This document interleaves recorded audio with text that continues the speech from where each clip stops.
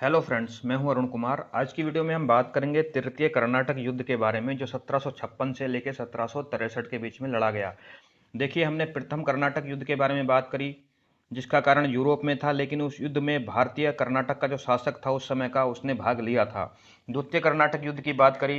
अच्छा, प्रथम कर्नाटक युद्ध के बाद एक्स-ला-चैपल की संधि होती है, ये आपको पता ही है, मैं बता चुका हूँ। द्वितीय कर्नाटक युद्ध की हमने बात करी, जिसका कारण भारत में था निजाम और जो कर्नाटक के नवाब थे उनके उत्तराधिकार को लेकर एक कारण था, और उसमें फ्रांसीसियों ने और ब्रिटिशर्स ने दोनों ही ने ही भारतीय राजनीति में हस्तक्षेप किया, जिसके कारण वो युद्ध हो जाता है। और उसके बाद पांडिचेरी की संधि होती है, और जहाँ पे डिसाइड किया जाता है कि फ्रांसीसी और ब्रिटिशर्स जो है भारत में उसके बाद लड़ाई नहीं करेंगे और व्यापार पर ध्यान देंगे। ठीक है, ये संधि करी जाती है पांडिचेरी की संधि द्वितीय कर्नाटक युद्ध के बाद, जो होती है 1754 में।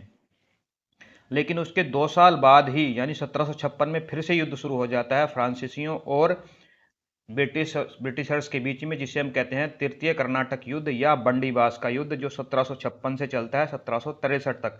और ये निर्णायक युद्ध था। इसके बाद फ्रांसीसियों और ब्रिटिशर्स के बीच में कोई युद्ध नहीं हुआ, और इस युद्ध के बाद फ्रांस की शक्तियां सीमित हो जाती हैं। जैसा कि हमने प्रथम कर्नाटक युद्ध और द्वितीय कर्नाटक युद्ध में देखा कि फ्रांस की पलड़ा ज़्यादा भारी था, अगर हम देखें तो। लेकिन इस युद्ध के बाद भारत में फ्रांस की शक्तियों को सीमित कर दिया जाता है, और इसी कारण से इसको निर्णायक युद्ध कहा जाता है। अब देखिए, तृतीय कर्नाटक युद्ध, यहाँ पे आप देख रहे हैं 1756 से 1763, यानी ये वही दौर है जब बंगाल के अंदर नक्शे पर, पिछली वीडियो में मैंने आपको बताया है। अगर आप इस सीरीज को लगातार नहीं देख रहे हैं तो सीरीज को जो हम बना रहे हैं मॉडर्न हिस्ट्री के बारे में, भारत के आधुनिक इतिहास के बारे में, तो उसको शुरू से देखेंगे तो आपको चीज़ें ज़्यादा अच्छे से समझ में आएंगी, क्योंकि ये कहानी की तरह कड़ियाँ जुड़ रही हैं। 1756 तारीख से आपको पता चल रहा है 1757, यानी कि प्लासी का युद्ध होने वाला है। प्लासी का युद्ध होने के बाद क्या होता है, अंग्रेजों की शक्तियां बहुत अधिक बढ़ जाती हैं बंगाल में। ठीक है, किसके नेतृत्व में लड़ा जाता है प्लासी का युद्ध? रॉबर्ट क्लाइव, वही रॉबर्ट क्लाइव जो एक क्लर्क था, जिसके बारे में हमने द्वितीय कर्नाटक युद्ध में देखा, वो किस तरह क्लर्क से सेनापति और सेनापति से गवर्नर बन जाता है। तो वही रॉबर्ट क्लाइव यहाँ पर यानी बंगाल में युद्ध उस समय लड़ रहा है, किसके साथ? मीर कासिम के साथ। युद्ध का कारण क्या है? वहां भी युद्ध का कारण यही है और यहाँ भी युद्ध का कारण वही है। सप्तवर्षीय युद्ध यूरोप में लड़ा जा रहा है। तो वर्तमान कारण तृतीय कर्नाटक युद्ध का है, सप्तवर्षीय युद्ध, जो कि यूरोप के अंदर हो रहा है, और यूरोप में ऑस्ट्रिया और जर्मनी के बीच में हो रहा है। 7 सालों तक ये युद्ध चला, इसलिए इसको सप्तवर्षीय युद्ध कहते हैं। देखिए, 56 से 63, 7 साल, 7 साल सप्तवर्षीय युद्ध चला और 7 साल ही तृतीय कर्नाटक युद्ध चला। ये युद्ध खत्म हो गया और ये युद्ध भी साथ ही खत्म हो गया। ऑस्ट्रिया को सपोर्ट कर रहा है फ्रांस, और जर्मनी को सपोर्ट कर रहा है ब्रिटेन। और फ्रांस और ब्रिटेन दोनों की भारत के अंदर है कॉलोनी, दोनों ही भारत में व्यापार करने आए हैं, तो भारत में दोनों की फैक्ट्रियां हैं, तो दोनों जरूर आपस में लड़ेंगे, आपस में भिड़ेंगे। ये बात दोनों को पता है और आपस में भिड़ते भी हैं, जिसी को कहते हैं तृतीय कर्नाटक युद्ध। इसी कारण से सप्तवर्षीय युद्ध के कारण से दोनों ही लोग यानी फ्रांस और ब्रिटेन अपनी अपनी फैक्ट्रियों की किलेबंदी करनी शुरू कर देते हैं, फोर्टिफिकेशन करना शुरू कर देते हैं। और उस फोर्टिफिकेशन करने से मीर कासिम बंगाल में मना करता है, फ्रांस और ब्रिटेन दोनों को। फ्रांस मान जाता है, लेकिन ब्रिटेन नहीं मानता अपने किले की किलेबंदी करने से, जो वहाँ पे कलकत्ता के अंदर उनका किला था, और उसी वजह से वहाँ पे प्लासी का युद्ध होता है। लेकिन हम यहाँ बात कर रहे हैं तृतीय कर्नाटक युद्ध की, जिसको हम बंडी बास का युद्ध भी कहते हैं। तो जो फ्रांस को लीड कर रहा है इस टाइम पे, कौन? डुप्ले वापस जा चुका है और यहाँ पे लीड कर रहा है काउंटर लाली। तो काउंटर लाली फ्रांस को लीड कर रहा है 1756 में। अंग्रेजों का जो किला है फोर्ट सेंट डेविड, उस पर अटैक कर देता है और उसको जीत लेता है 1758 में। ठीक है, फ्रांस को लीड कर रहा है काउंटर लाली, वो अटैक करता है फोर्ट सेंट डेविड के ऊपर और उसको जीत लेता है। किसको? फोर्ट सेंट डेविड को जीत लेता है काउंटर लाली। जीत गया, कोई बात नहीं। उसके बाद काउंटर लाली क्या करता है? अंग्रेजों के दो और जगहों पर, तंजौर पर और मद्रास पर हमला करता है। तंजौर पर और मद्रास पर हमला करता है, लेकिन इंग्लिशर्स को यानी ब्रिटिशर्स को लीड कर रहा है आयरकूट, और इन दोनों हमलों में आयरकूट जीत जाता है। क्यों? क्योंकि प्लासी का युद्ध तब तक हो चुका है। ये घटना घट रही है 1758 में। कहाँ पर? तंजौर पर हमला किया जा रहा है, मद्रास पर हमला किया जा रहा है फ्रांसीसीज के द्वारा, और 1757 में प्लासी का युद्ध जीतकर अंग्रेज हो चुके हैं पावरफुल। उन पावरफुल का जो है, इस पावर का भी ब्रिटिशर्स को तो पता है, फ्रांसीसीज को आइडिया नहीं है। इसी वजह से आयरकूट इन दोनों हमलों में जीत जाता है। अब लेकिन जो सेंट डेविड फोर्ट है वो अभी भी फ्रांस के कब्जे में है। तो एक फोर्ट फ्रांस के कब्जे में है, फ्रांस लगातार ब्रिटिशर्स पर अटैक कर रहा है और सप्तवर्षीय युद्ध कर रहा है, तो इस कारण से दोनों सेनाओं को आमने सामने आना होगा और दोनों सेनाएं आमने सामने आती भी हैं। कहाँ पर? बंडीबास में।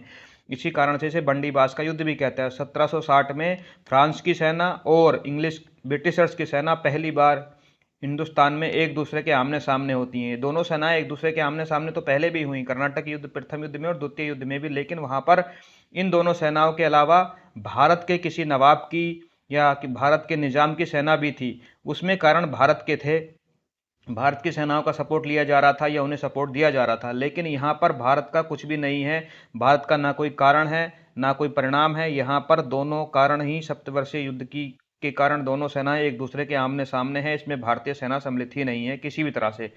बंडीवास में दोनों सेनाएं, फ्रांस की सेना और ब्रिटिशर्स की सेना एक पहली बार आमने सामने हो जाती हैं। पांडिचेरी के पास में जगह है बंडीवास, और इस बंडीवास के युद्ध में ब्रिटिशर्स जो होते हैं, अंग्रेज जो होते हैं, वो जीत जाते हैं। कौन जीत गए? यहाँ पे अंग्रेज जीत गए। उसके बाद क्या होगा? चलिए उसके बाद क्या होता है।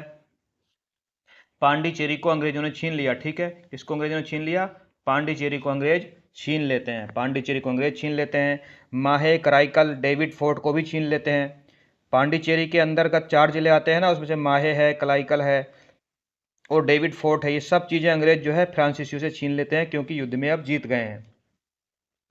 लेकिन इसी समय जो सप्तवर्षीय युद्ध है वो खत्म हो जाता है और पेरिस में एक संधि हो जाती है। संधि होती है पेरिस में, परिणाम दिखेंगे भारत में।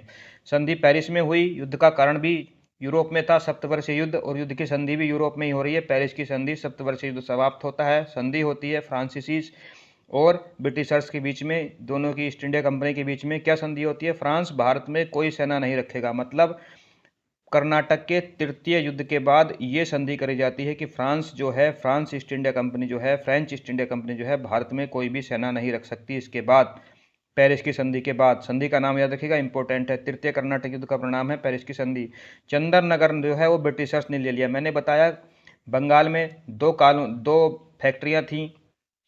कलिकाता किसका था? कलिकाता जो था अंग्रेजों का था, और चंदरनगर जो है वो फ्रांसीसियों का था। तो उस फ्रांसीसी जो चंदरनगर फैक्ट्री है बंगाल में, उसको ब्रिटिशर्स ले लेते हैं।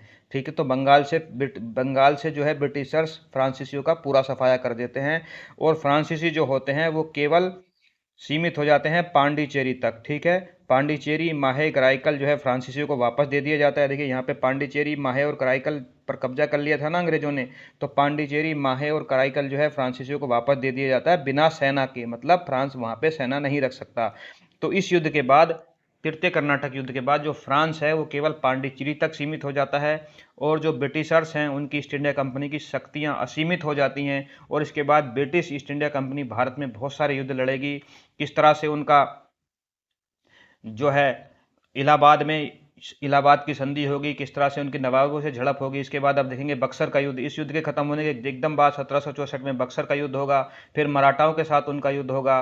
फिर हैदर अली, टीपू सुल्तान के साथ उनका युद्ध होगा। तो और धीरे धीरे British east India company Bharat में अपने पैर पसारेगी, और जो फ्रांस ईस्ट इंडिया कंपनी है वो उसको सीमित कर दिया गया है पेरिस की संधि के तहत केवल पांडिचेरी तक।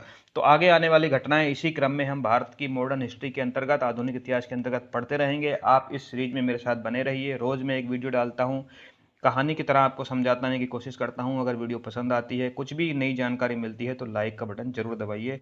जय हिंद, जय भारत।